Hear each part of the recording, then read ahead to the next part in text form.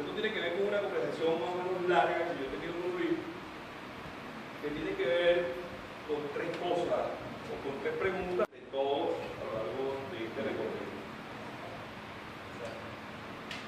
¿Es la pedagogía o solo la pedagogía el registro desde donde podemos pensar el proceso de enseñanza-aprendizaje en el siglo XXI?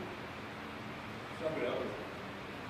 En segundo lugar, ¿qué transformaciones se tendría que producir en la pedagogía para poder desarrollar opciones de construcción de conocimiento más allá de la relación de la escuela? Y la tercera pregunta, que es la que yo creo, es que me parece que la pedagogía resulta insuficiente para dar cuenta de los procesos de transformación que se están dando en el siglo XXI. Procesos de transformación que se están dando en el ser humano. Pero para decirlo en términos, como lo planteaba Rigoberto Urán, desde la posmodernidad, en el sujeto. Entonces, en el marco de esa pregunta, nosotros iniciamos un programa que contempla 1, 2, 3, 4, 5, 6 sesiones de trabajo. Una primera, que es la de hoy, donde trabajamos el problema del contexto social del siglo XXI, distintos relatos o teorías que explican el siglo XXI. Nos va a llevar 2 sesiones de trabajo. Después vendría el contexto del siglo XXI, distintos relatos y los postulados epistemológicos de la pedagogía del siglo XXI. Y entonces, como ahí discutiríamos desde dónde cada quien aborda este rollo. Después trabajaríamos el problema de las pedagogías no institucionales, las pedagogías libres no directivas y la alternativa de escolarización ordinaria. Después trabajaríamos la pedagogía de conocimiento integrado, la pedagogía de inteligencia múltiple, que es Turner, ¿no? Después la pedagogía de colonial, que es un texto que se por internet de Catherine Welch, que se llama Pedagogía colonial, que es un resumen, más o menos, hay unos venezolanos que están trabajando eso en el sur y que se llama muy suficiente. Después trabajar el problema de la ciencia y la pedagogía y voy a cerrar.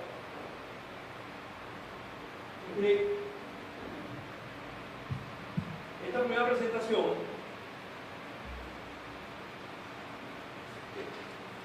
es una presentación que tiene el desorden propio de los múltiples registros.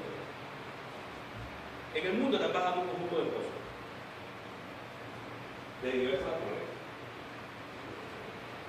Y esas cosas que están pasando en el mundo son analizadas de perspectivas distintas por diferentes teóricos.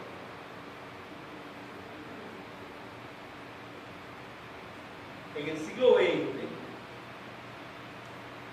la gran discusión, por lo menos siempre muy esquemática, fue entre las teorías que llamaríamos Boaventura de Sousa Santos, las ciencias de la regulación versus las ciencias de la enseñanza.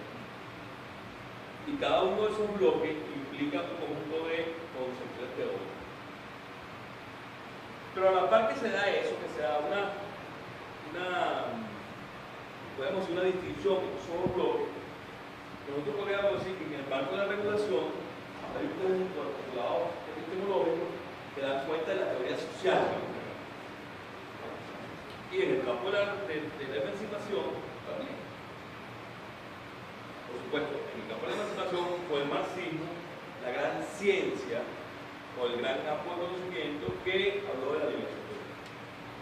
Pero con la experiencia del socialismo real y toda la crítica al socialismo real y todos los problemas derivados de la consecuencia de la posguerra, se produce toda una reflexión fundamentalmente en Europa que cuestiona el sistema capitalista y ese cuestionamiento del sistema tiene múltiples registros. En Venezuela, para hablar desde mi edad, las personas que estudiamos pedagogía en la década de los 70 y a finales de los 60, fuimos muy influenciados por las teorías reproduccionistas, o sea, Bourdieu y Passerot, la escuela capitalista, Baudelaire, que tenía que ver con la escuela francesa, que era un derivado del estructuralismo. O sea, ideología, o sea, en el pedagógico era así como obligante, obligante no, era obligatorio léese en Introducción a la Sociología, Ideología del aparato ideológico de la institución. ¿Okay? ¿No? Y conceptos de patrimonio histórico. Y todo eso tenía que ver con el carácter superestructural de la escuela. Eso que estaba pasando en Europa tiene un correlato en Venezuela, en América Latina. Tiene que ver con el pensamiento de Freire, ¿verdad? Que todo eso es que se llama la pedagogía crítica, y en Venezuela con el pensamiento de Vigot. Ustedes dicen que yo tengo, que me conocen de la universidad, saben que yo estoy diciendo eso desde hace años. ¿Por qué? Porque a mí me tocó en el pedagógico, sobre todo con las fechas que salen en los libros. El libro de la pedagogía del oprimido y el educador neocolonizado Vigot salen más o menos al mismo tiempo. Y en el pedagógico y en la escuela de educación, cuando hablo de pedagógico, estoy hablando de los que serían los pedagógicos, que eran básicamente las obras de escuela de educación de Venezuela, los libros de Vigot y los libros de Freire eran los grandes textos de pedagogía. Había toda una concepción pedagógica que tenía que ver con pedagogía funcional, pero que tenía que ver más con la teoría de la evaluación, ¿verdad? Bloom, Moyer, Mayer, hay un libro de Mayer que se llama Objetivos Institucionales, que fundamentalmente tenía que ver con la influencia del conductivo. Nada que ver con Piaget. Piaget es más de los 80. Entonces, ser un maestro en Venezuela en esa época tenía un poco que ver con eso. En Venezuela se había dado una discusión que estaba asociada al humanismo democrático de Alfredo Figueroa, que es previa, que es la década de los 40 y que tiene que ver con todo el desarrollo del concepto de Estado docente. ¿Okay? Entonces, hay un encuentro, si te agarra a hablar de los historiadores venezolanos, o sea, que tiene que ver con cómo esa discusión llega a Venezuela de la mano del marxismo. Fundamentalmente Juan Bautista Fuenmayor, con sus 6 tomos de historia contemporánea de Venezuela, que es la discusión que se da en la Secretaría Nacional de Venezuela de cara al Partido Comunista y la influencia del Partido Comunista. Hay un libro de Manuel Caballero que pasa de casa cuando era un preseño, y que se llama El papel de la Sociedad Venezolana en Venezuela, que hace un registro de toda esa discusión en Venezuela. Entonces, el debate pedagógico venezolano no está descontextualizado ese debate.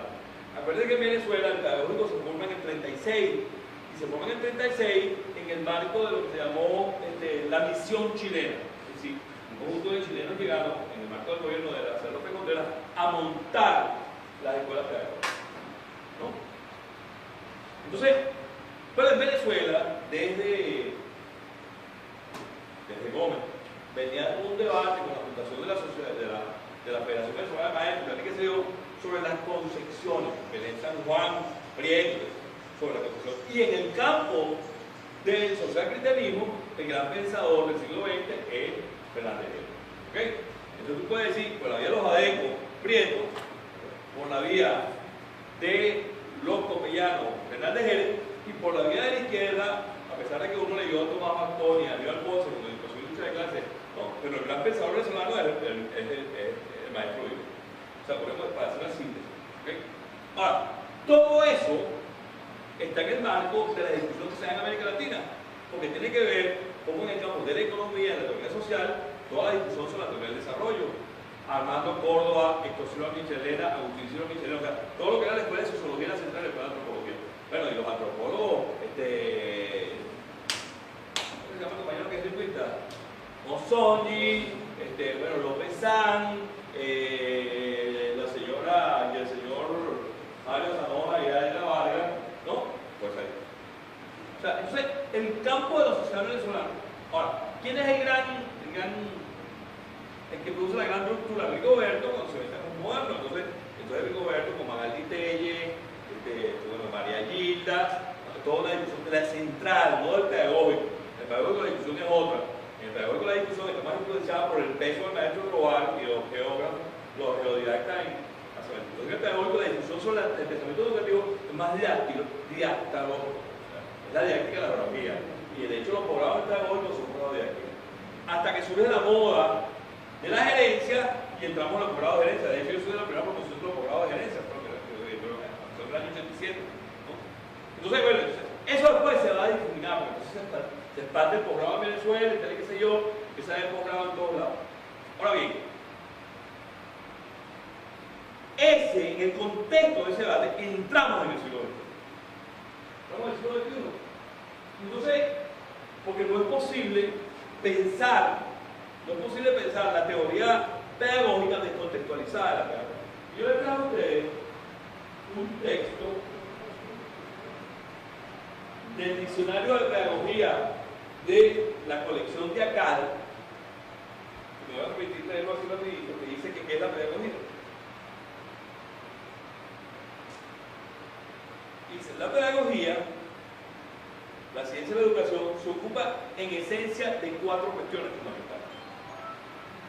1. Descripción de procesos educativos, didácticos y de formación en el presente y en el pasado. 2.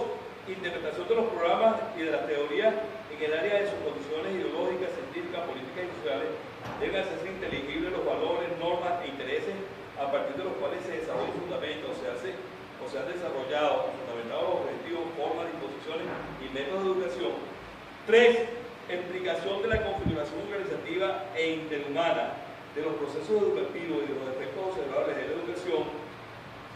Se debe obtener un saber con cuya ayuda se puede describir y controlar los supuestos de una educación exitosa. Y 4. La clarificación de los conceptos pedagógicos básicos y análisis desde la perspectiva de la teoría de la formación, de los desarrollos sociales, para posibilitar una configuración de los procesos pedagógicos meditada, públicamente controlables y conscientemente responsabilidad. Entonces, lo cierto es que lo pedagógico está atrapado por la relación que uno llama discente, la relación del encuentro, lo que uno llama el encuentro pedagógico, la relación profesor-estudiante, profesor-alumno. En la medida, o sea, cuando uno veía pedagogía en el siglo XX, uno veía pedagogía, y yo creo que es un problema que todavía está presente, es una cosa que quiero discutir con ustedes, que es que el hecho pedagógico se reduce al encuentro entre el profesor y el estudiante.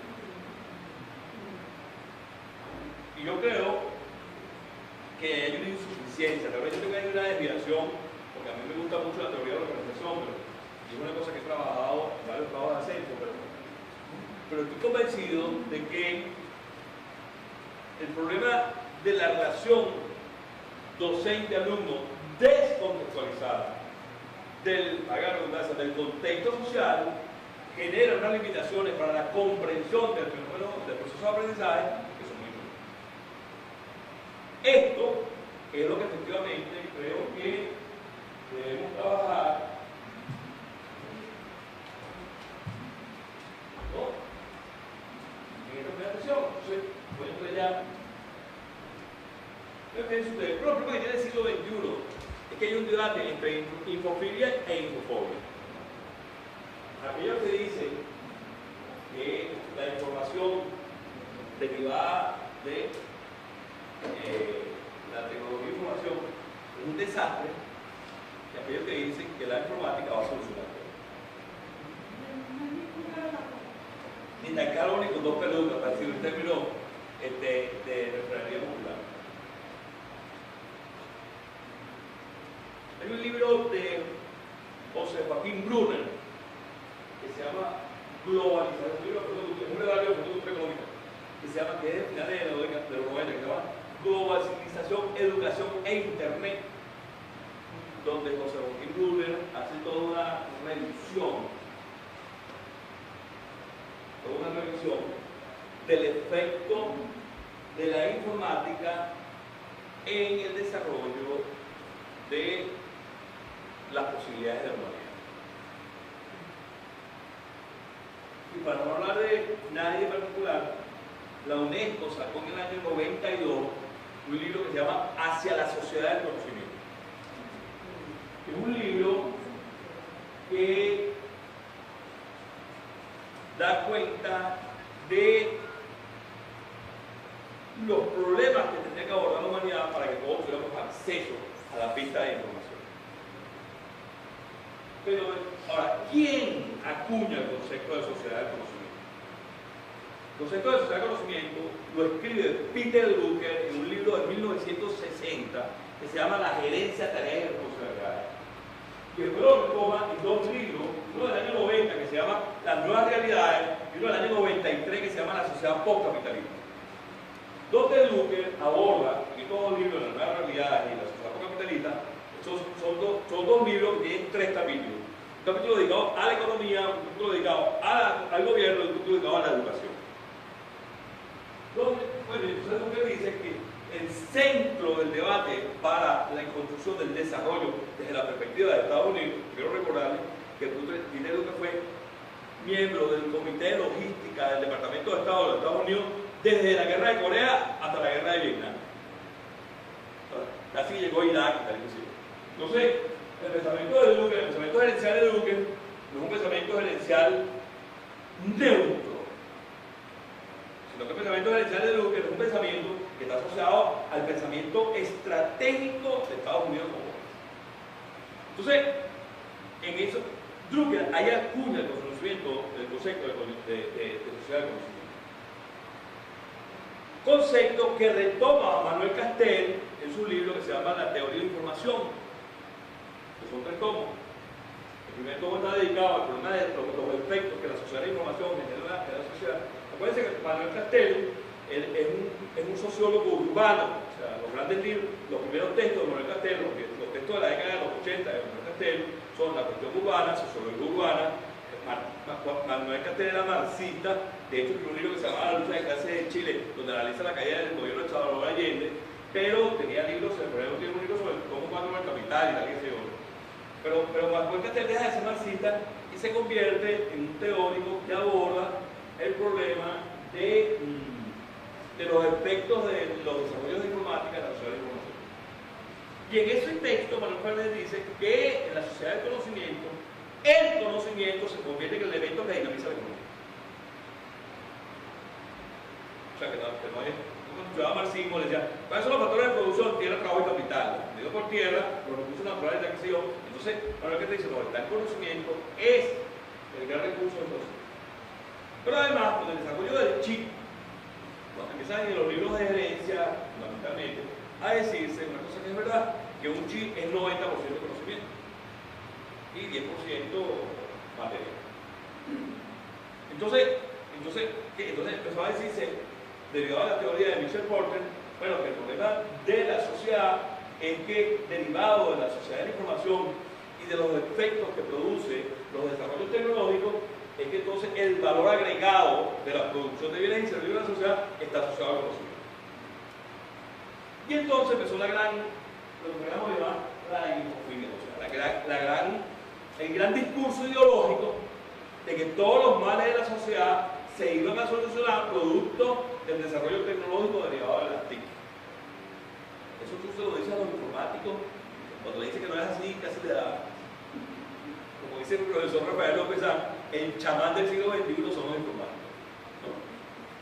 Y dice que por esa razón es que los mouse se llaman mouse. Porque aquí hay toda una carga simbólica, pero eso vamos a hablar más adelante. Entonces,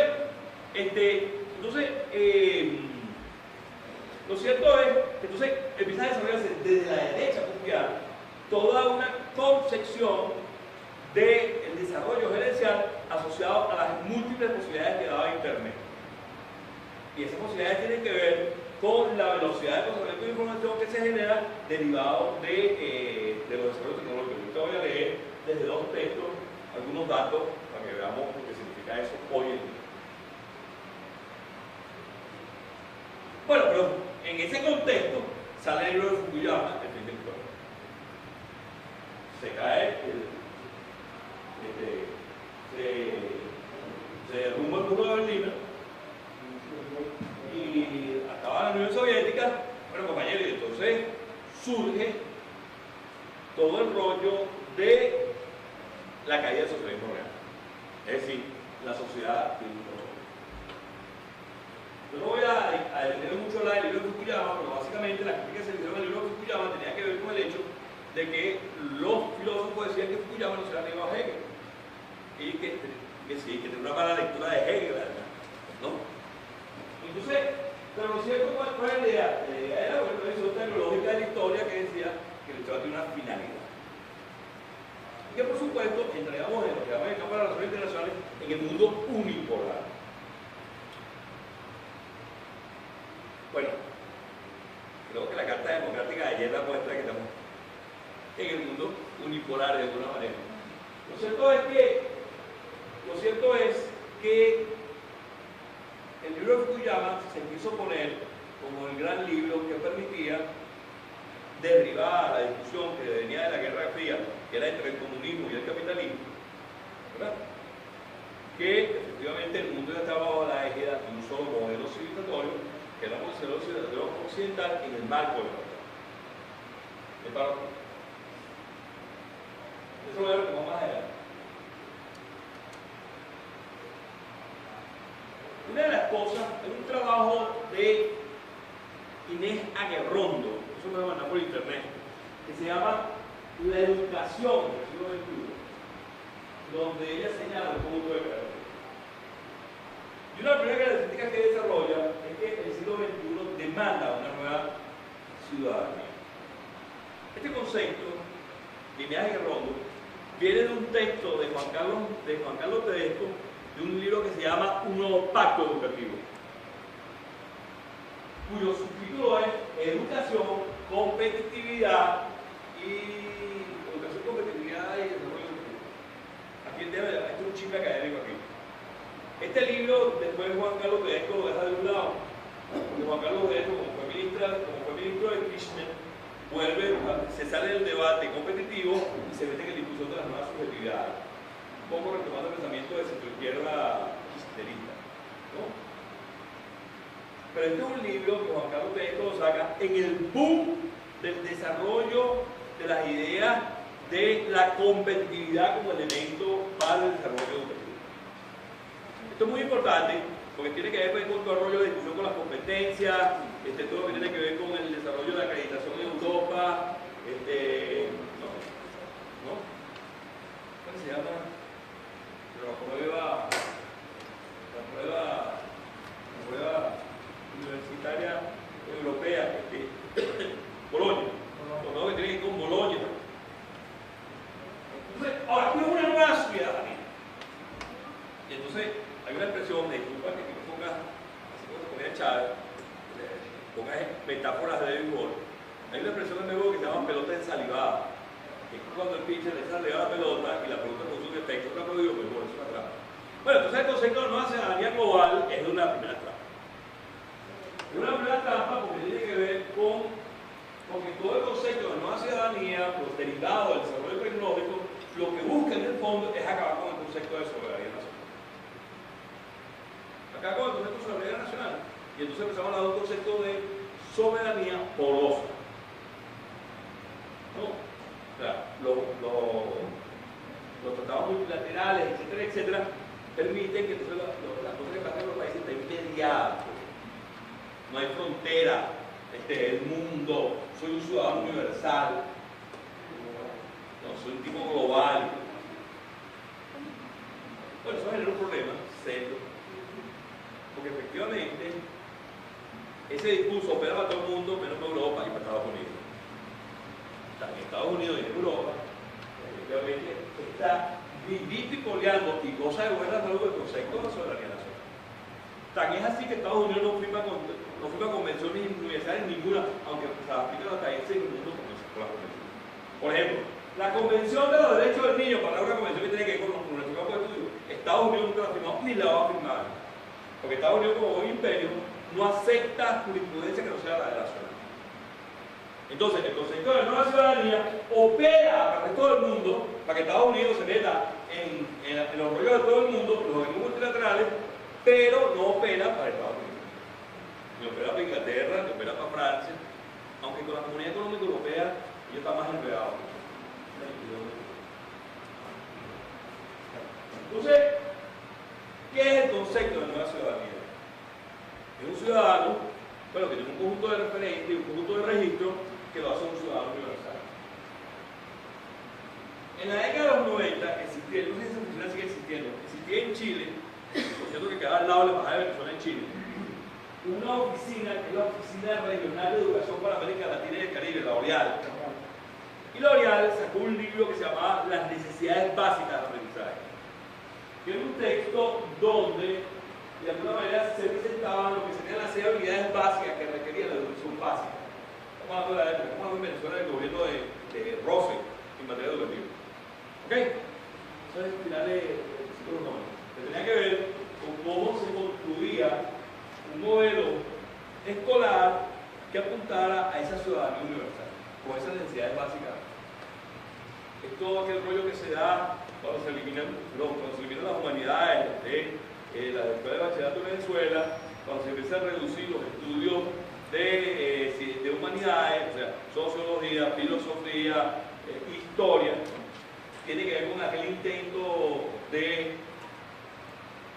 ya voy a empezar a decir por el chisme, porque la historia es la historia, era el intento de Pacín, que era eliminar la enseñanza de Venezuela. ¿Quiénes estaban al frente de eso? Un gran amigo mío, que está de cáncer, llamado Robinson Valderrama, que era dirigente de COPEI, y José Luis Faría. ¿No? Porque entonces la gente, porque la vida, bueno, porque la vida no es circular, es un proyecto copellano, ¿no? Ese problema los profesores de historia, que me gustan los chismes. Entonces, ¿por qué digo esto? Así era pensamiento de acción. Pensamiento de acción social e identidad nacional. Pero tenía que ver con la eliminación de la enseñanza de historia. Y con la eliminación de la enseñanza de la geografía. Fíjate que ese pensamiento es tan potente que en la bolivariana todas las concepciones de gestión tienen detrás el concepto de Pacín. Por eso es que en gestión social para el desarrollo local no se da geografía, sino que se da desarrollo urbano. ¿No? Por ejemplo, en el programa de gestión en salud no se da geografía, sino que se da distribución espacial. Cuando lo importante es que se dé geohistoria. Fíjate que no se da el pregrado, pero entonces el diplomado que hacemos en epidemiología crítica, que es una concepción marxista de la epidemiología, la materia que se da es geohistoria. Porque tiene que ver con retomar un concepto. Entonces, ahora, detrás de toda esa pelota ensalivada, había un concepto de ciudadanía que acababa con el concepto de Estado-Nación. Somos ciudadanos del mundo, las fronteras no importan, aunque Donald Trump hace poner su muro, ¿no? Y los españoles tienen el suyo, y los israelitas tienen el suyo, ¿no? O sea, no importa, retornar en la cámara a los pendejos. Pero efectivamente los imperios tienen su frontera y gozan de buena salud. O sea, porque en la medida en que se ha venido produciendo una crisis de capitalismo, así como quiero adelantar, bueno, cada vez más las fronteras se cierran. Y eso se expresa en las votaciones de derecha en Europa, o sea, el surgimiento del neofascismo. O sea, una de las cosas que hace que, por ejemplo, países como Holanda, Suecia, Suiza, Dinamarca, gane la derecha, tiene que ver con la votación de los negros africanos que viven ahí. Que como tú hayas llegado aquí, un momentico, no queremos más negros aquí. ¿No? Eso es un fenómeno interesante.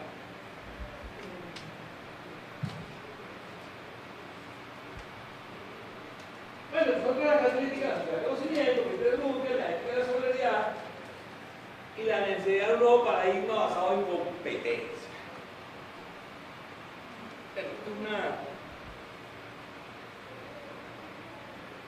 Esto es el gran coco. El concepto de competencia es el gran coco. ¿De dónde viene el concepto de competencia? En el campo de la educación.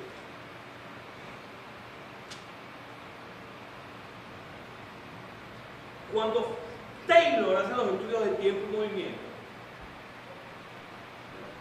que era lo que llama el gran padre de la orientación científica, ¿verdad? Taylor, ¿qué estudia? Estudia en cuánto tiempo se produce un bien o un producto en una fábrica y cuántos movimientos se requerían. Eso tuvo una expresión didáctica que se denominaba la hoja de despiece, cosa que existió en el INSE. Yo fui gerente de formación profesional en el INSE en el año 92 y todavía se usaba esa hoja. Por ejemplo, yo agarraba un motor de un carro, el motor del carro y el que me aprendí de memoria es el del calzado que se llama suela, cortado, remate y pegado, que son los 4 pasos para hacer un zapato. Ese estudio de Taylor establece una distinción pedagógica entre la formación profesional, que se da por el trabajo, y la educación. Y de ahí derivan todos los conceptos, o sea, el concepto de capacitación, el entrenamiento, que es una mala traducción, porque es de training, pero de entrenamiento de capacitación, porque en español lo que se entrena son los animales, ¿no? Ahora, lo cierto era que el concepto de capacitación apuntaba más a habilidades manuales concepto de educación incluía los valores. Hay un señor llamado Kremer que hizo un estudio de amplio espectro en Estados Unidos para determinar cuáles eran las dimensiones de un trabajo. Y de ese estudio de Kremer va a surgir lo que se llama las dimensiones de un puesto de trabajo. Eso se trabaja mucho en recursos humanos.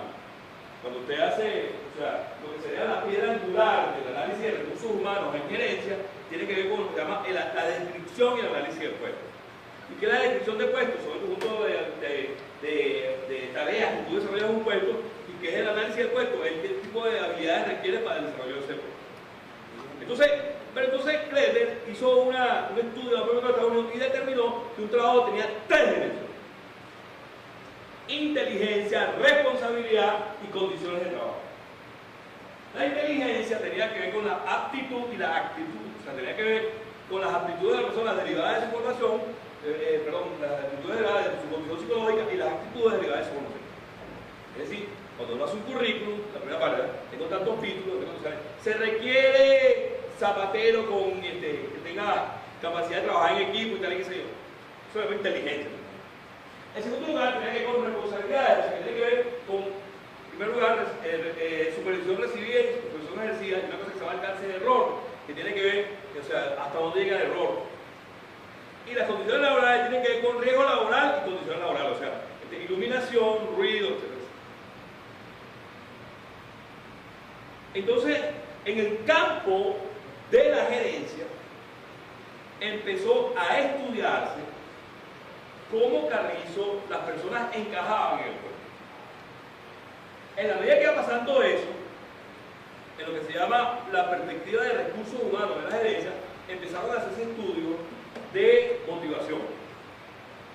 Maslow, Max Cleveland, Herbert, Hamilton. Estos estudios fundamentalmente trabajaban qué cosas hacían que la gente fuera mejor explotada, así en términos marxistas. O sea, qué cosas hacían que tú trabajaras, mientras más te explotaras, te sintieras mejor.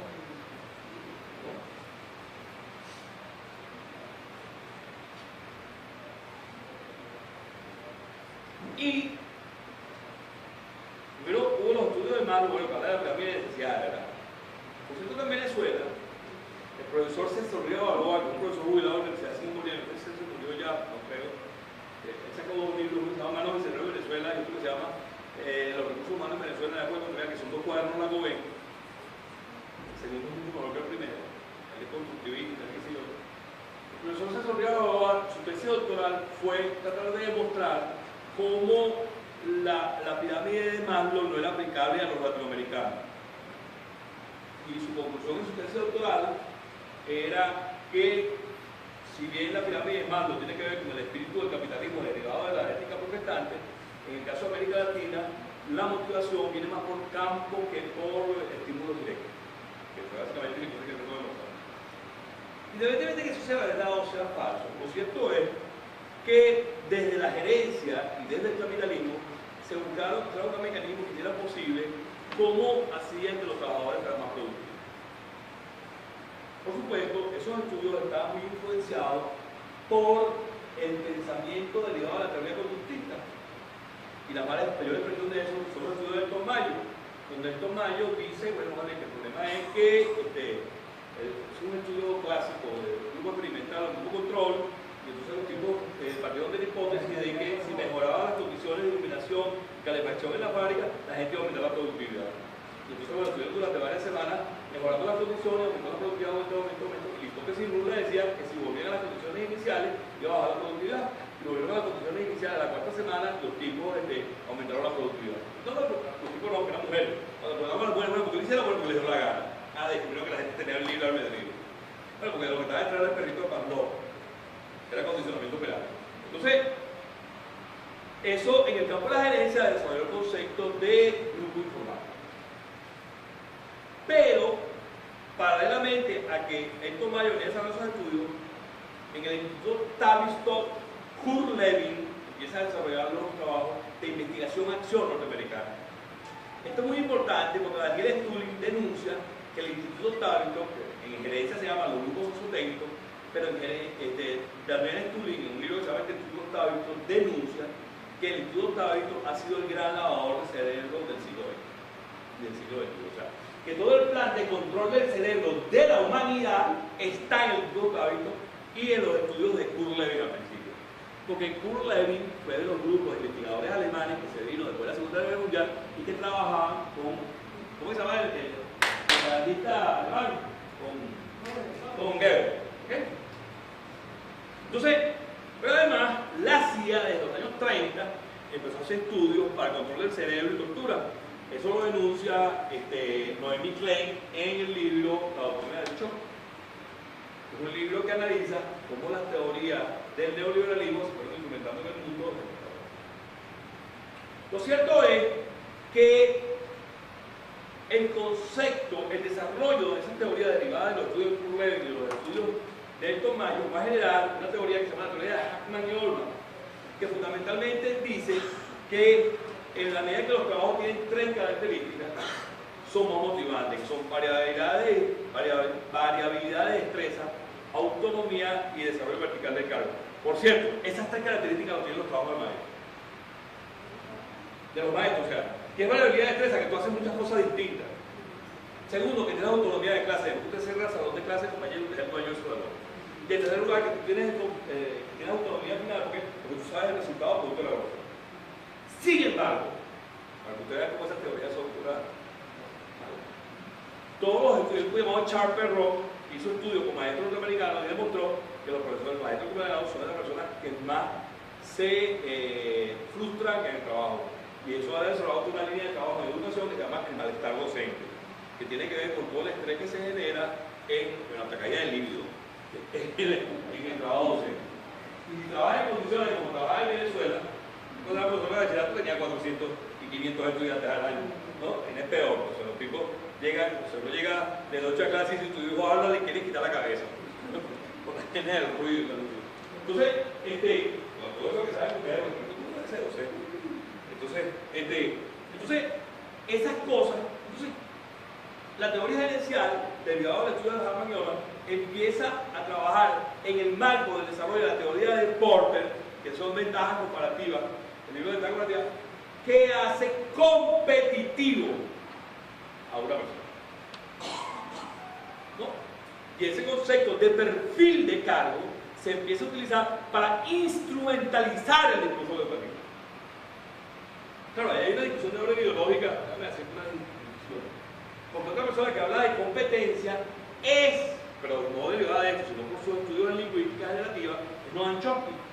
Y Noam Chomsky habla de competencia lingüística, para dar cuenta del conjunto de habilidades y destrezas que uno desarrolla para la comunicación efectiva. Un poco tiene que ver, ahí hay un emparentamiento de la teoría de Chomsky con la teoría de Charlie, tiene que ver con lo que llaman la performatividad, es decir, cómo tú vas desarrollando competencias, que es el conjunto de desarrollo. Por ejemplo, un libro de Charlie que se llama Actos de Habla, que tiene que ver con el conjunto de desarrollo. Esa es otra discusión. Lo cierto es que el concepto de competencia que se desarrolla en el marco de lo que sería una educación basada en competencia tiene que ver con el perfil del campo. Y eso tiene una implicación terrible para la democracia. Porque tiene que ver con todo el discurso de, siempre fue así, pero aquí lo va a hacer de manera absolutamente sin ningún tipo de prurito, del discurso que tiene que ver con cómo tú vas convirtiendo a las personas que entran en el sistema escolar no en ciudadanos, sino en trabajadores. Y eso es un problema delicado, o sea, fíjense ustedes, yo estoy totalmente de acuerdo con el discurso gubernamental que dice que tenemos que ser productivos. Pero si nosotros no le ponemos cuidado a los énfasis, podemos terminar creando obreros calificados y no ciudadanos. Es un problema serio para la democracia. Pero eso lo vamos a ver en la seguridad de dirección, porque tiene que ver con el rollo de dirección. Tiene el punto de la 2007 de la Unión Europea, de la educación por competencia, lo que establece esas tres categorías. Las 8 competencias claves, y esa competencia clave en función del desempeño social, el desempeño laboral y el desempeño social y laboral solamente. Además, un poquito de agua aquí.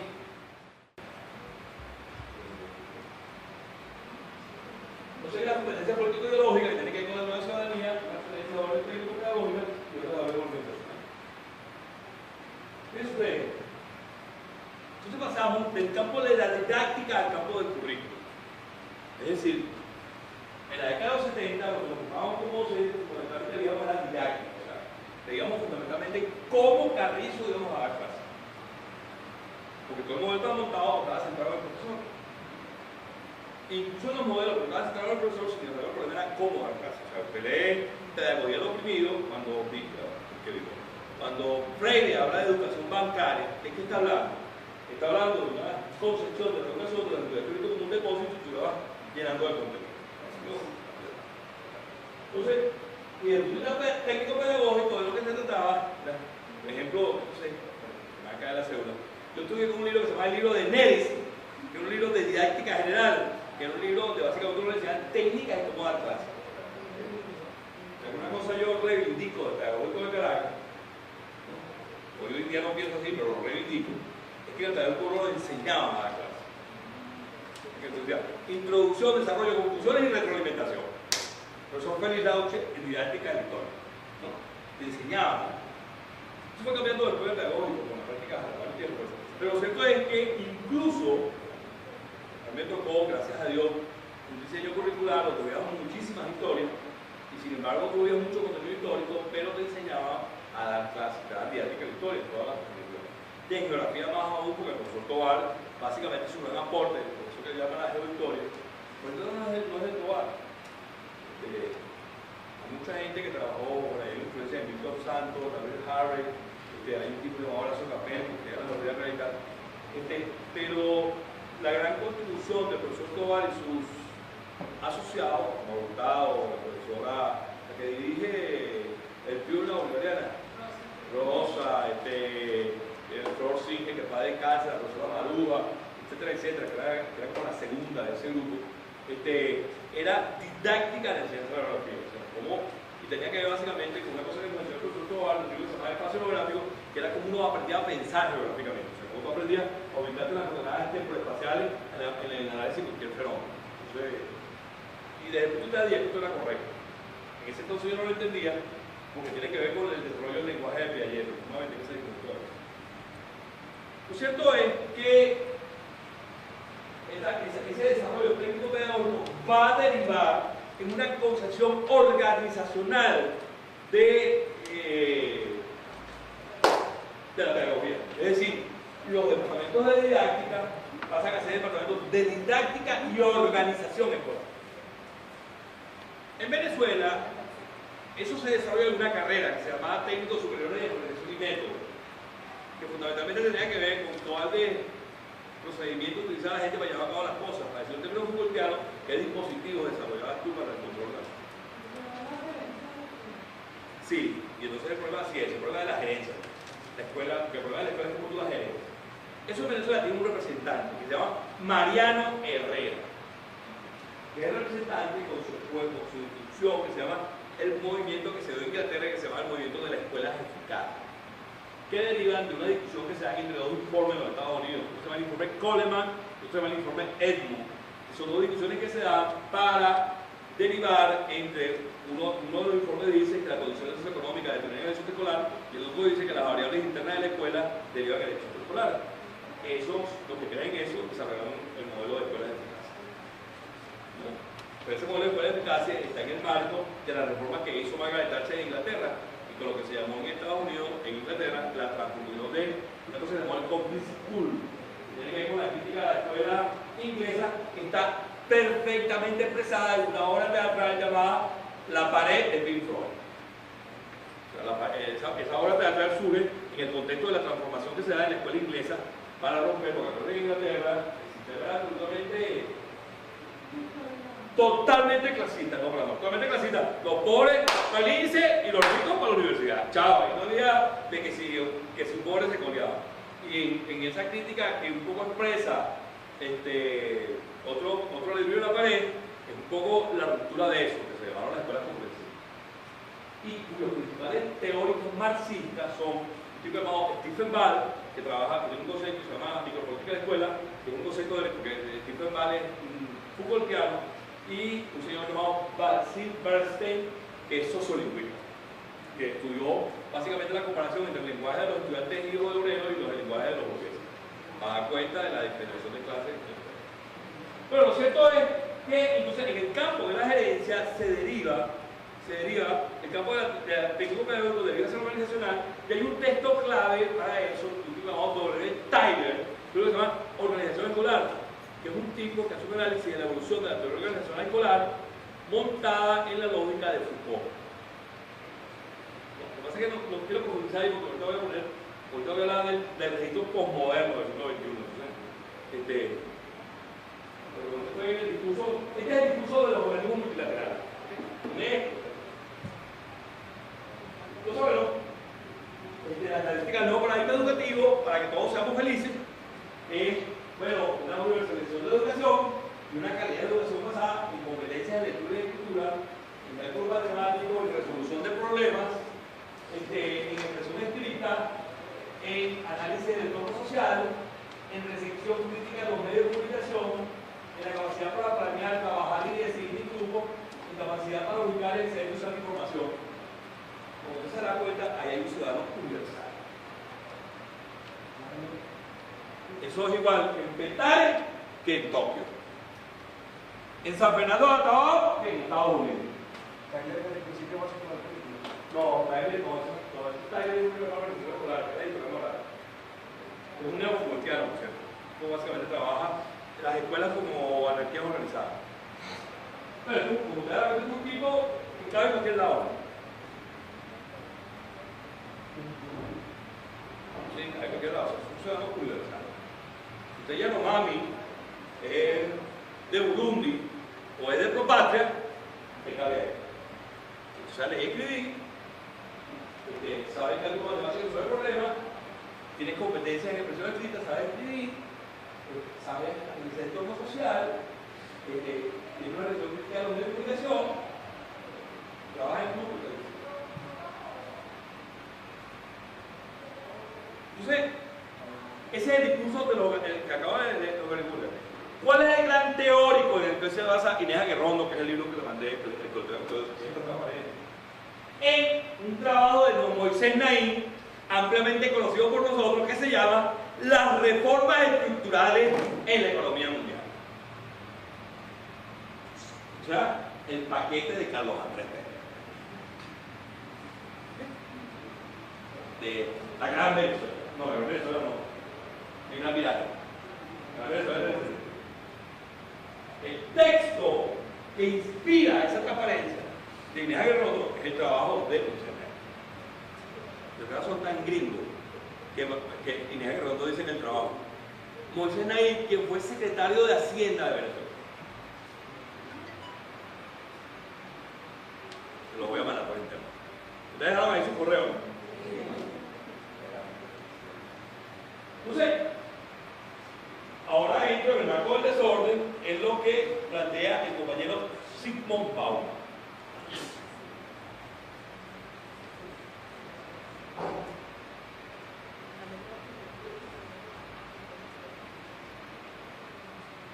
Zygmunt Bauman, que ha escrito un conjunto de textos sobre trabajo, consumo, produce un quiebre en el campo de la sociología cuando saca un libro que se denomina La modernidad líquida.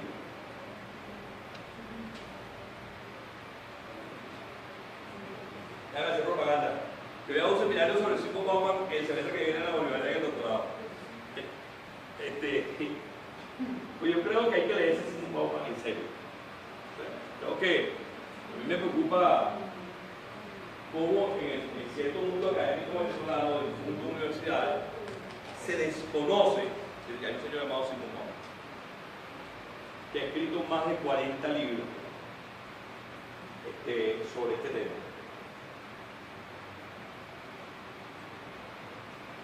Básicamente,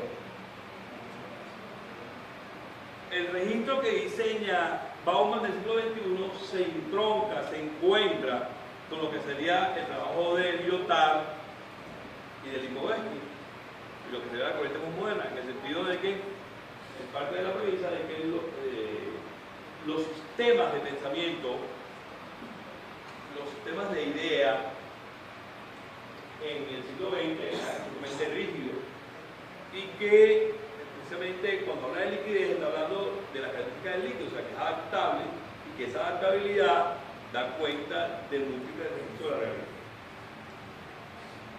Que es lo que llama Lyotard la caída de los metaregalos. Ahora bien, eso que plantea Bauman,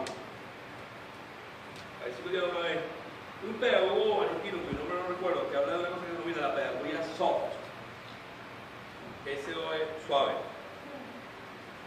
que yo creo que en Venezuela eso ha tenido un impacto, mucha gente no lo sabe, es que tú empiezas a meter, eso pega en la derecha y la izquierda, ¿ya? Eso pega en el campo de la, y voy a poner ejemplo del gobierno de Antonio Luis Cárdenas y el chavismo.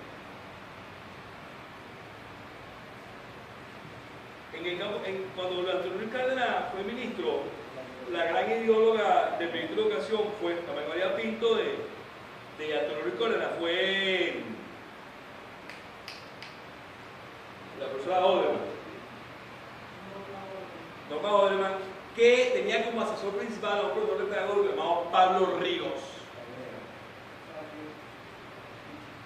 Pablo Ríos Cabrera. Pablo se definía como constructivista. A mí siempre me gusta hacer un chiste que sabe cuando va acá diciendo, yo soy constructivista, copien ahí. No, porque efectivamente, lo que dice un autor llamado Ernesto Schifferman, el problema de América Latina es el modelo frontal de enseñanza, que es lo que estamos haciendo. El profesor habla de maestro. Eso no ayuda ni a la creatividad, ni al desarrollo del lenguaje, ni nada por el estilo. Entonces, estamos constructivistas, pero el modelo sigue siendo exactamente el mismo.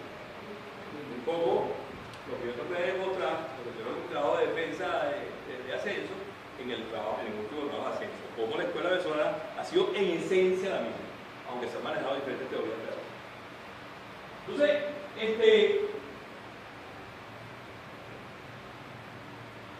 entramos en presencia de una pedagogía soft. Lo mismo pasa con el chavismo.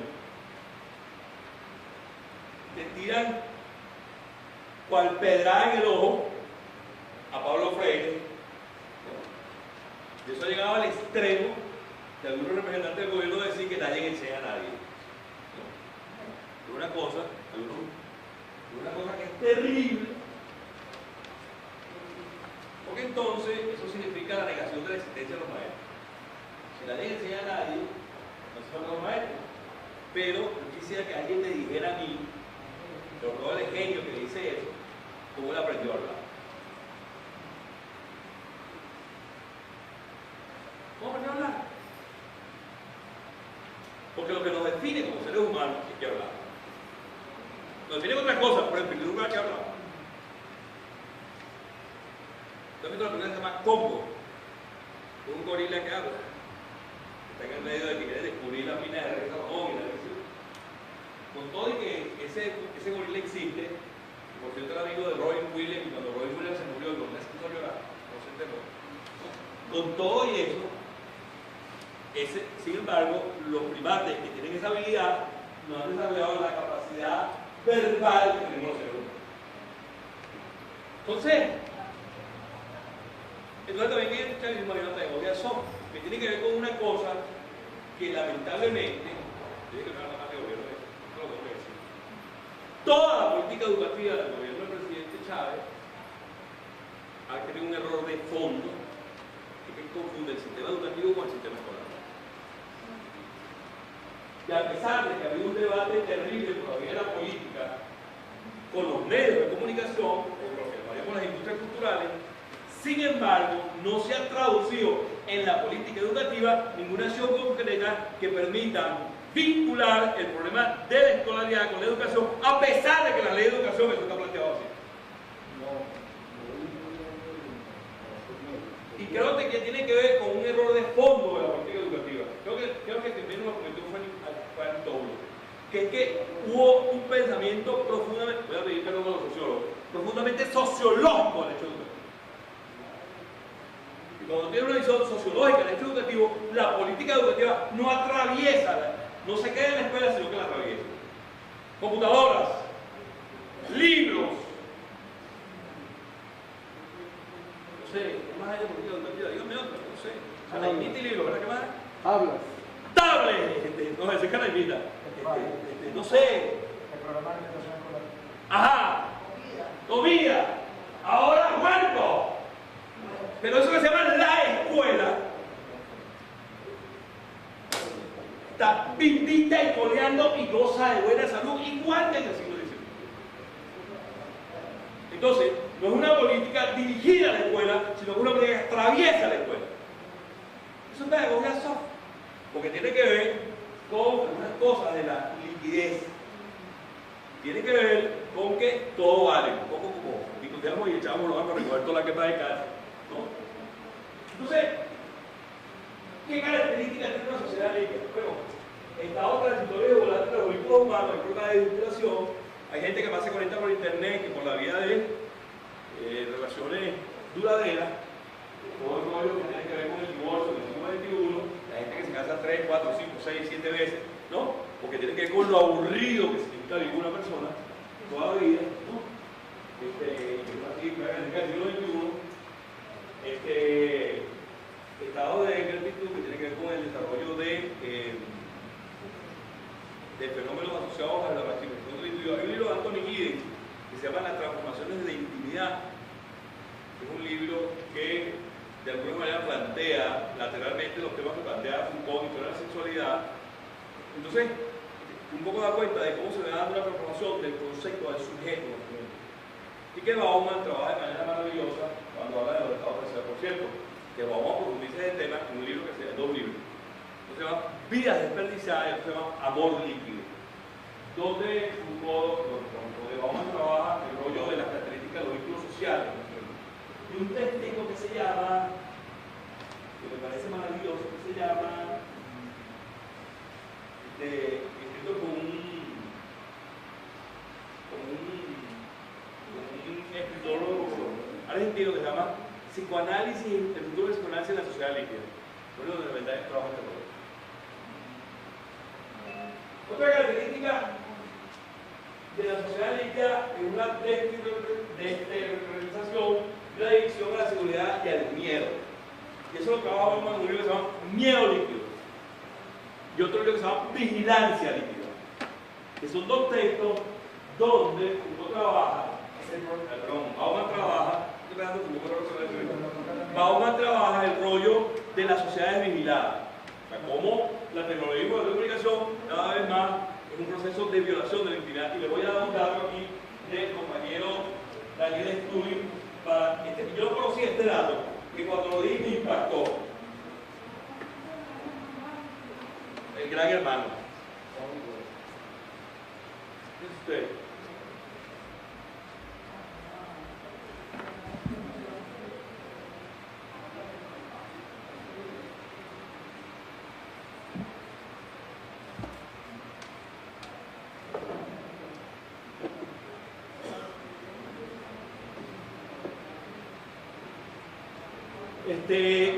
Casi a la vez, en estos puntos de vista,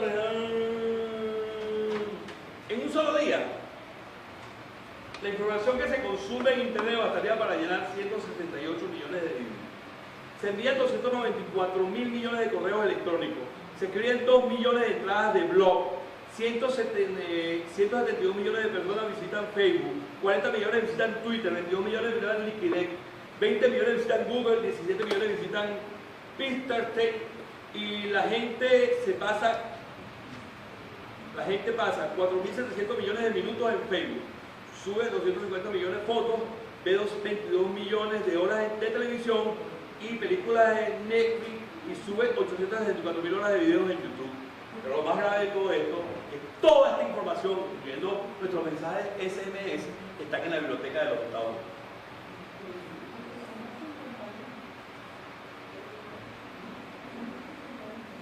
Si eso no se parece al gran hermano, ¿qué no se parece al gran hermano?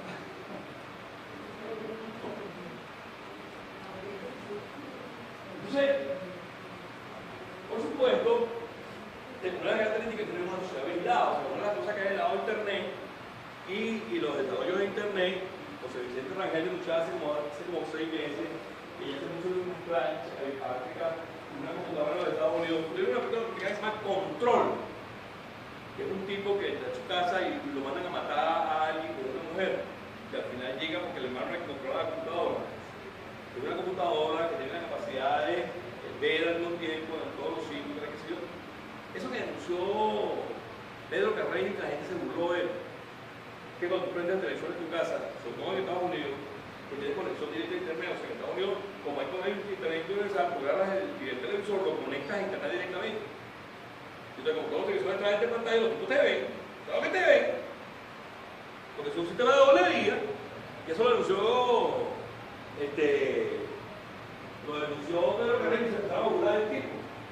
Por supuesto, está burlando del tipo que, como dices tú en su libro, no hay nada más terrible que creer que tú eres libre cuando de verdad estás en cárcel.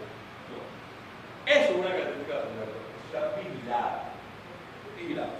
Entonces, porque además tienes controles de todo tipo, en el aeropuerto, etcétera, etcétera. Y cada vez la gente lo ve con más naturalidad. Te quitan los zapatos de mandaje de ti, etcétera, etcétera. ¿Ok? Pero además,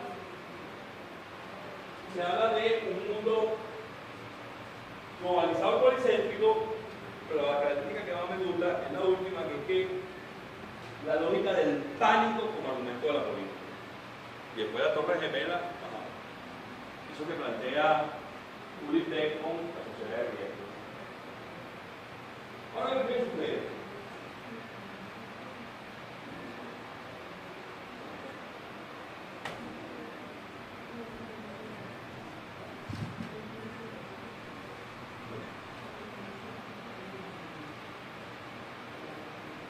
Yo quiero terminar unas 5 horas.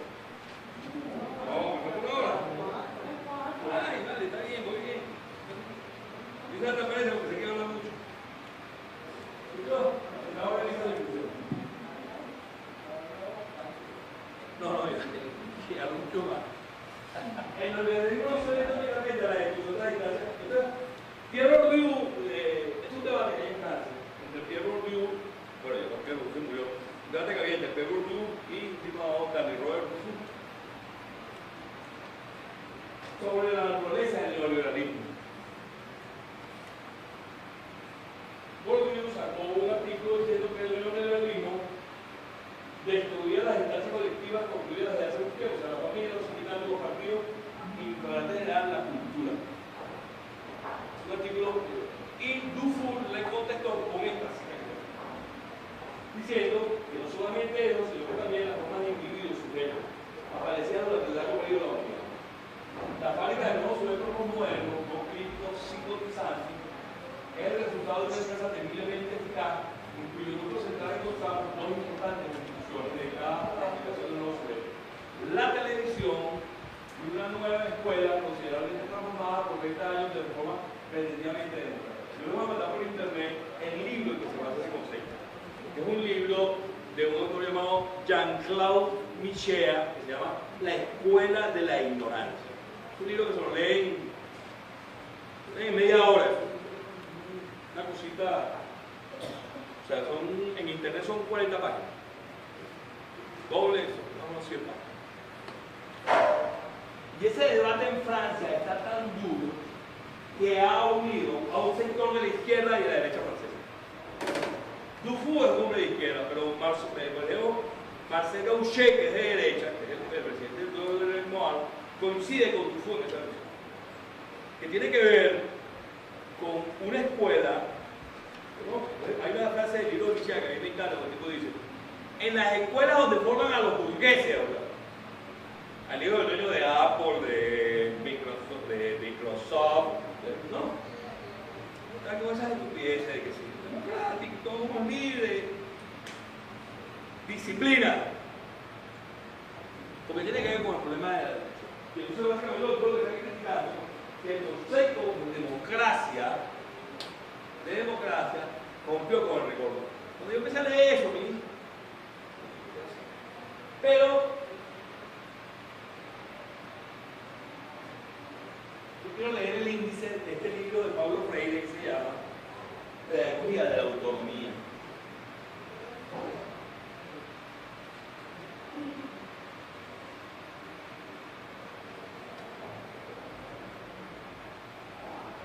El capítulo 1 de ese libro tiene una maravilla todo. El capítulo 1 se llama No hay docencia sin licencia.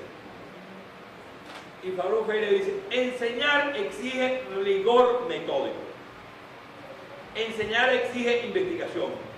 Enseñar exige respeto a los saberes de los educandos. Enseñar exige crítica. Enseñar exige estética y ética. Enseñar exige la corporificación de las palabras por el ejemplo. Enseñar exige riesgo, asunción de lo nuevo y rechazo de cualquier forma de discriminación. Enseñar exige reflexión crítica sobre la práctica. Enseñar exige el reconocimiento y la asunción de la identidad cultural.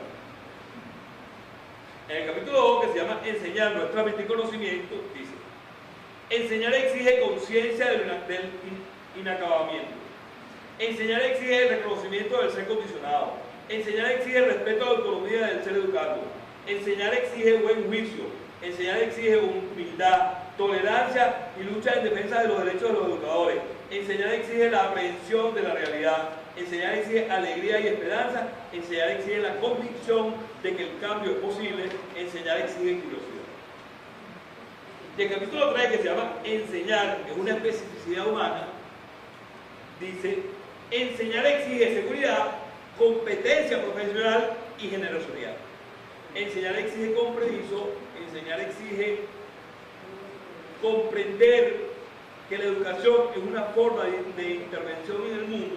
Enseñar exige libertad y autoridad. Enseñar exige una toma de conciencia de decisiones. Enseñar exige saber escuchar. Enseñar exige reconocer que la educación es ideológica. Enseñar exige disponibilidad para el diálogo. Y enseñar exige querer bien al educado. Yo creo que si vamos a estudiar en este libro,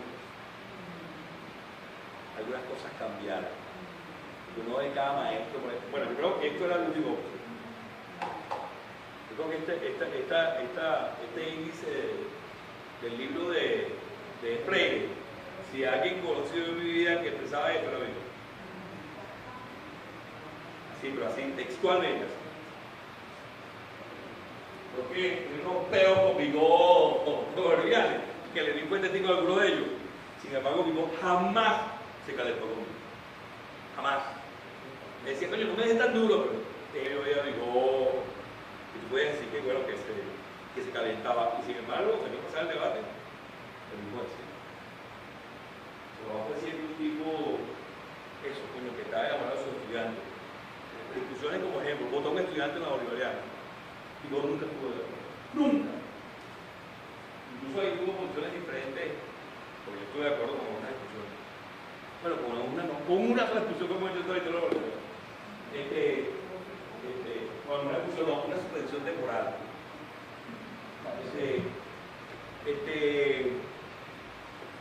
Temas que tenían que ver con discriminación, por ejemplo.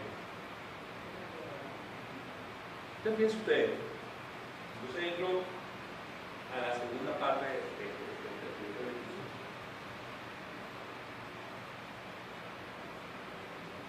Yo creo que es la hipótesis de fondo que lo trabajo con ustedes, que el siglo XXI está produciendo transformaciones en la cognición. Y esas transformaciones en la cognición obligan a que nosotros pensemos una cosa que decía Rigoberto con la universidad, que yo lo quiero tomar de ahí, que decimos la idea escuela. O sea, porque además ahí hay una trampa. La Telefónica, que se llama Movistar de Venezuela, que es la gran casa matriz, acaba de sacar un libro que se llama Visitar la escuela del siglo XXI. Es un libro realmente hermoso, un libro bonito, bien hecho. Un libro con dibujo, un libro que provoca leer así, un libro bien hecho, un libro estéticamente bonito. Sin embargo, el libro es una pelota de salida. Pero cuando la evaluación es Bloom, mediados del siglo XX, porque tiene que ver con un modelo de escuela desarrollado. Y Rousseau dice una cosa que yo creo que es clave. Y es que el siglo XXI se caracteriza por la mayor expresión de libertad, siempre y cuando no combata el mercado.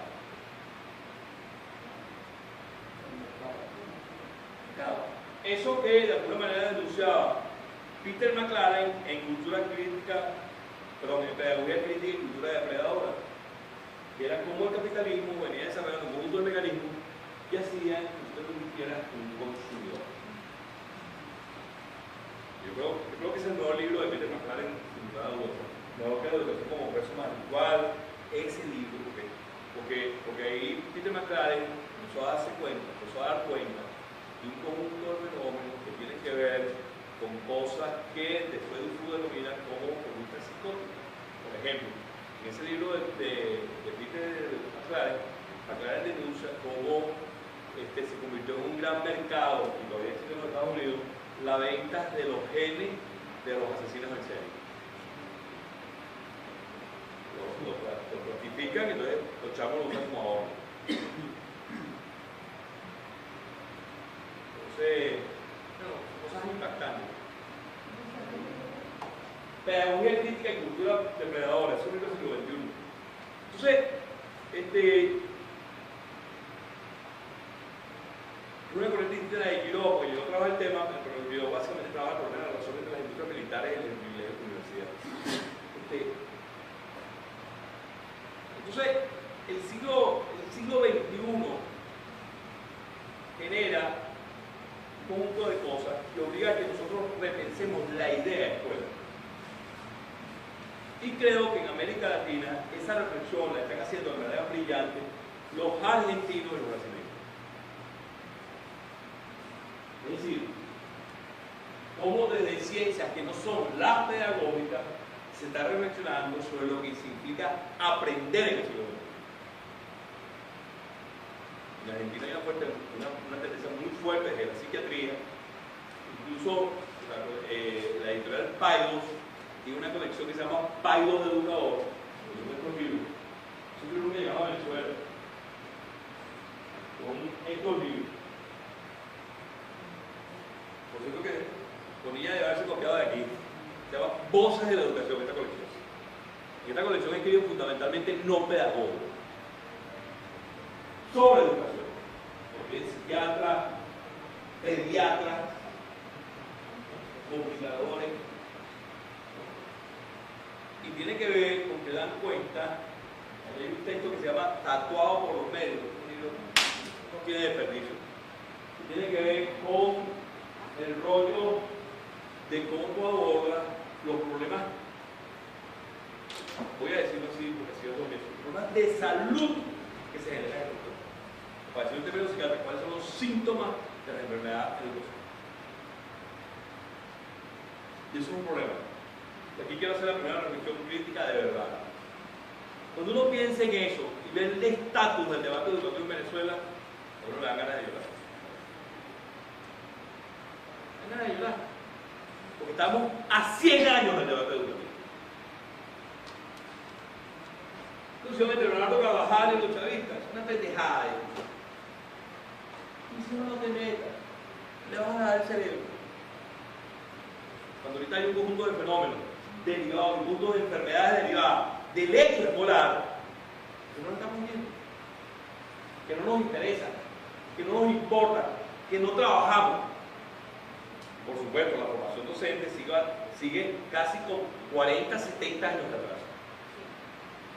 Y entonces la brecha no es que tenemos 70 años de atraso y tenemos que llegar, no, sino que la cosa va 70 años y entonces aquella va avanzando y nosotros vamos hacia atrás. Porque los temas del debate educativo son absolutamente ridículos, son temas del principio del siglo XX. Y no es un problema de modernismo. Un problema de que los fenómenos que se están dando en el mundo obligan a que nosotros repensemos profundamente la educación. Por cierto, yo creo que de las pocas personas que estaban pensando eso en Venezuela en serio era Rigoberto Lara. En serio. Porque si bien no estaba pensando por la universidad, eso atravesaba el hecho escolar. Porque tiene que ver con fenómenos que tienen que ver con la construcción de la ciudadanía del siglo XXI. No esa nueva ciudadanía que habla del neoliberalismo, sino de la ciudadanía que implica unos tipos con acceso a internet, etc. Entonces creo, estoy convencido de que, bueno, hay cosas de una desviación profesional, y que la primera persona, porque tiene que ver con lo que yo he investigado. O sea, mi primer trabajo doctoral fue sobre eso, el punto de vista simbólico, y ahora lo trabajé desde el punto de vista de la escuela, y ahora lo voy a trabajar, estoy trabajando desde el punto de vista de la subjetividad. Que por cierto, algunos pensadores de izquierda argentinos lo están tomando como la nueva agenda de la subjetividad. O sea, cuál es la subjetividad del siglo XXI y cómo la escuela tributa esa subjetividad. Pero es un tema central, porque tiene que ver con cómo nosotros enfrentamos los retos del siglo XXI. Bueno, ese es un perfil, pues, voy a telegrafiar temas. Bueno, eso es otro maestro. Aquí hay gente todavía que sigue pensando que el maestro normalista, eso que era Lenin y mi hermano Baudillo, el senador de la Miguel local. Una vaina fue a principios del siglo XX, pero no sirve ahorita. Y esto lo voy a decir con mucho respeto. Sí, compañero, Simón Rodríguez, pero cuidado. Porque Simón Rodríguez es del siglo XIX, hermano.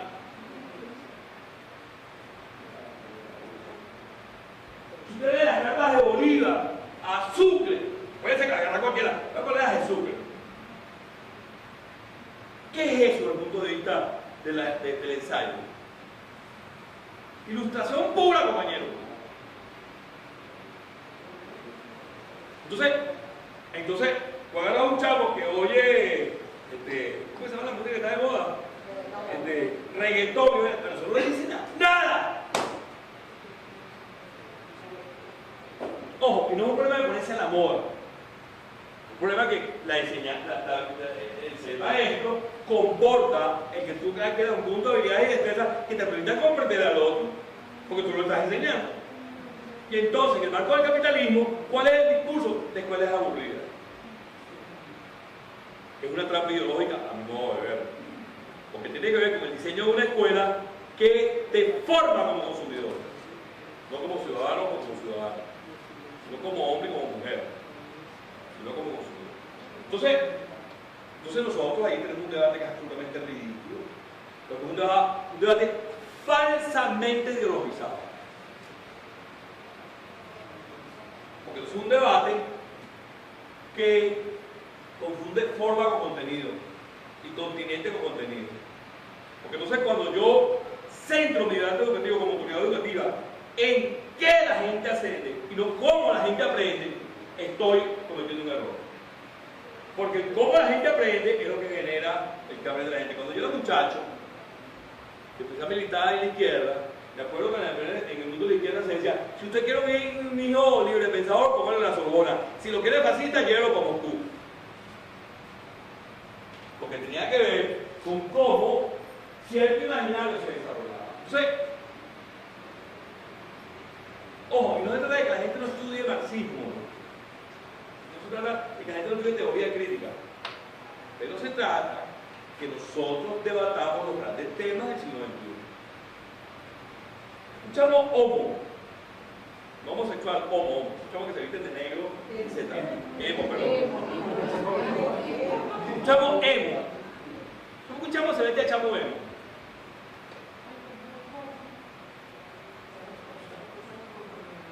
Bueno, sí, pero es un fenómeno que tienes que meterle análisis en serio, porque es un problema de simpatía o rechazo, un problema que tienes que ver, que dar cuenta cómo la sociedad crea mecanismos, porque al final uno es un ser que incorpora a la persona a la sociedad. Dime.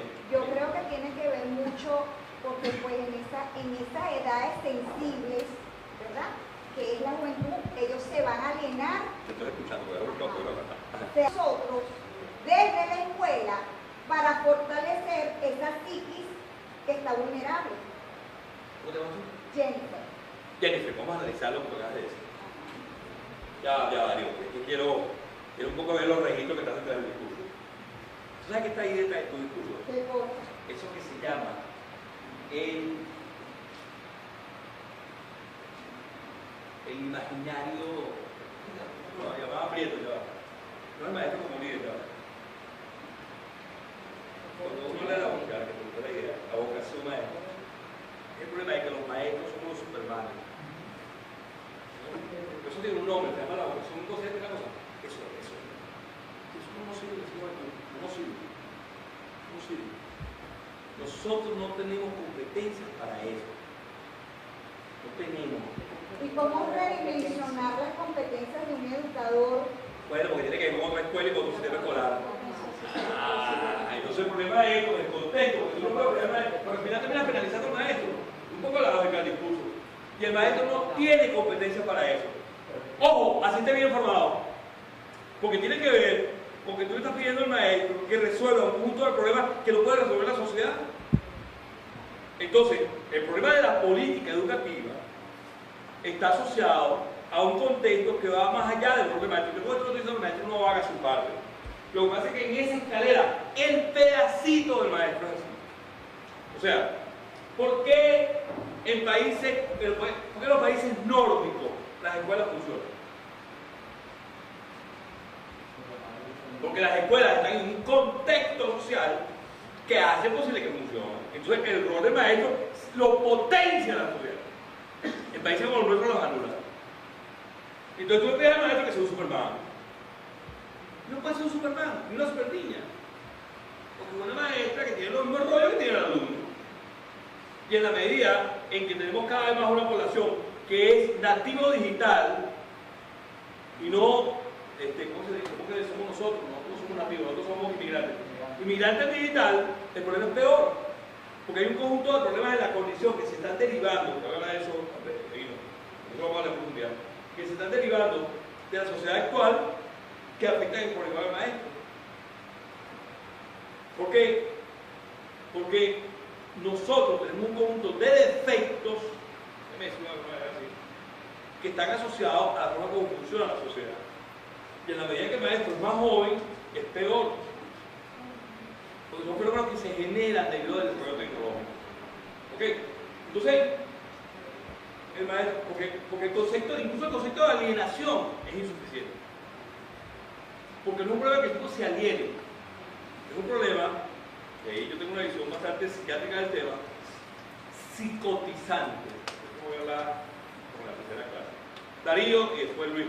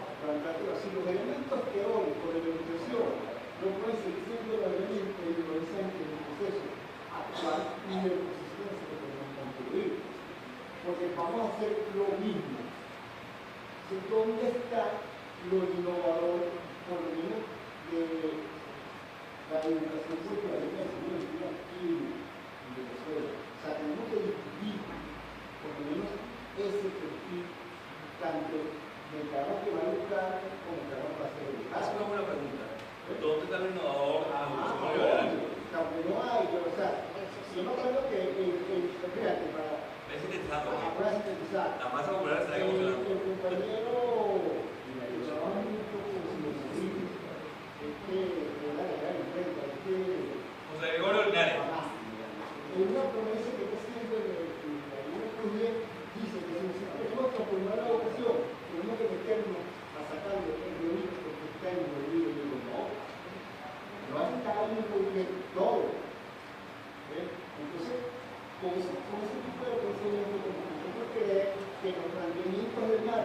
está el plano en el suelo. O sea, usan así, es un absurdo. Ni siquiera lo hemos sentado a reflexionar y a discutir. O sea, la propuesta educativa de los estudiantes porque a mí me Luis. Cuando una vez me comentó que su formación como maestro rural estaba destinada a enseñar a leer y escribir, a cultivar hábitos higiénicos que del muchacho de la escuela rural lo llevaran a la casa. Entonces garantizar las condiciones higiénicas en el campo. Y el desarrollo de una incipiente formación para la ciudadanía venezolana. Respecto a los símbolos y hacer la seña cuando la bandera apareciera. En el momento que entonces, claro, centrado en la parte didáctica, enseñar cosas. Cuando me correspondió a mí ser maestro de escuela, la receta era mucho más larga. Estaban los hábitos higiénicos, estaba la formación ciudadana. ¿Esta clase de maestro de escuela en dónde? En Casi 21. Además de eso, la formación en valores, pero entonces nos habla también de la lectura crítica de los medios de comunicación. Yo estaba comenzando a estudiar instrumentos de comunicación social y pregunto cómo yo, a los muchachos de 12 años, les enseño información crítica para la lectura y producción de medios de comunicación cuando yo mismo no tengo todavía en ese momento la preparación para redactar un artículo, para redactar una noticia. Y me sorprende que la semana pasada una compañera en la especialización de Gabriel Martín me dice que ella quiere enseñar a los muchachos del liceo a escribir preguntas, a escribir mapear que son del siglo XIX. Pero entonces viene el otro detalle. Martín y poco de Bolívar. Viene el otro detalle. Y en educación. Y lo otro es, en historia contemporánea de Venezuela, agarrar la crónica martina para enseñar la realidad venezolana. Creo que hay un desfase ahí.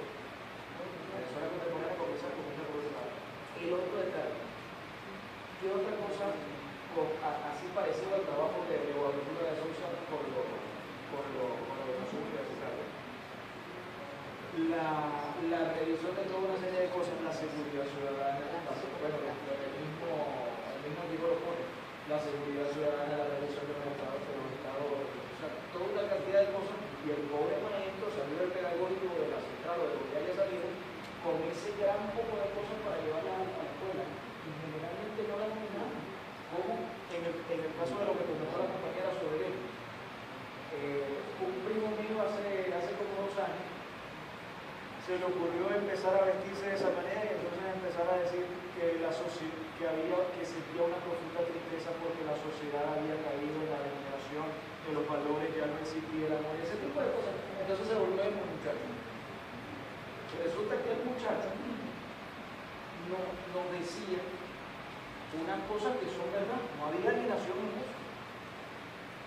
No había una alienación en eso, tampoco había un síntoma de desquiciamiento psiquiátrico. El hombre después agarró el camino regular y se olvidó que la sociedad era así. Pero con 18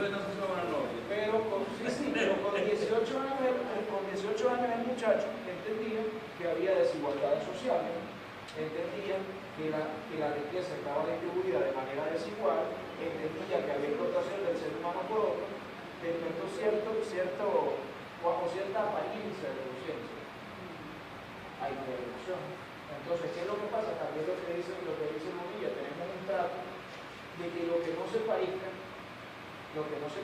a lo regular, lo que no se parezca a lo disciplinado, en el sentido que se parezca que todos sean igualitos, ya es anormal, ya es inadecuado. Entonces queremos meterlo por el mismo carril, que haga la fila en orden ascendente. El primerito de la fila siempre tiene que ser más chiquito y el más alto va por ahí. Amiga.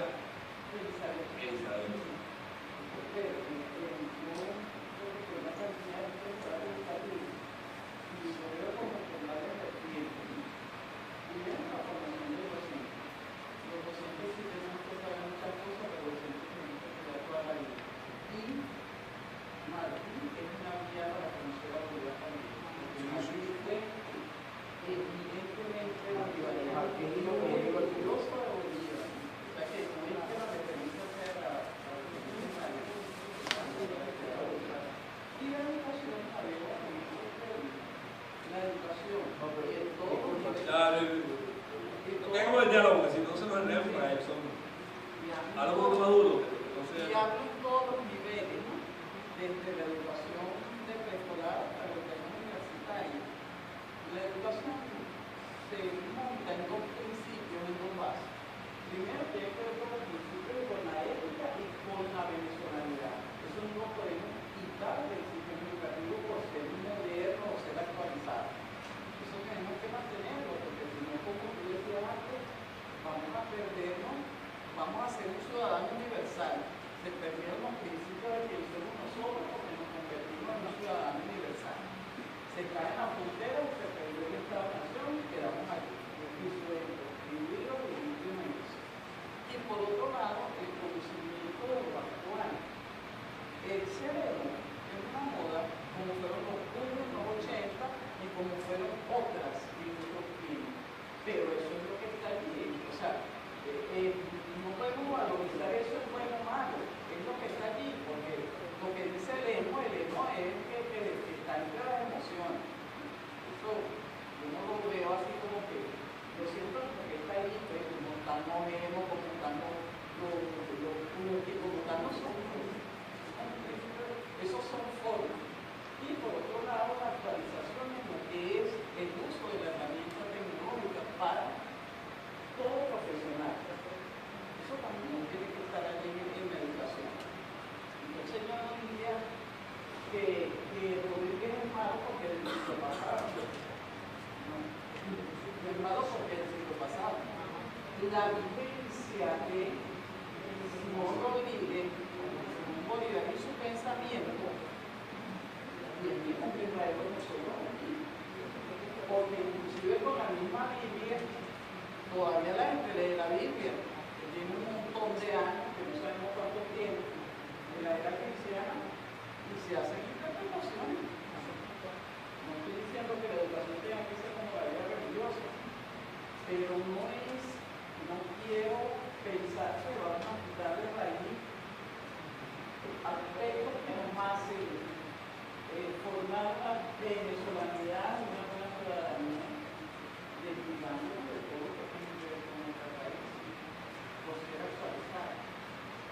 ¿Quieres comentar? ¿Alguien más? Amigo, usted.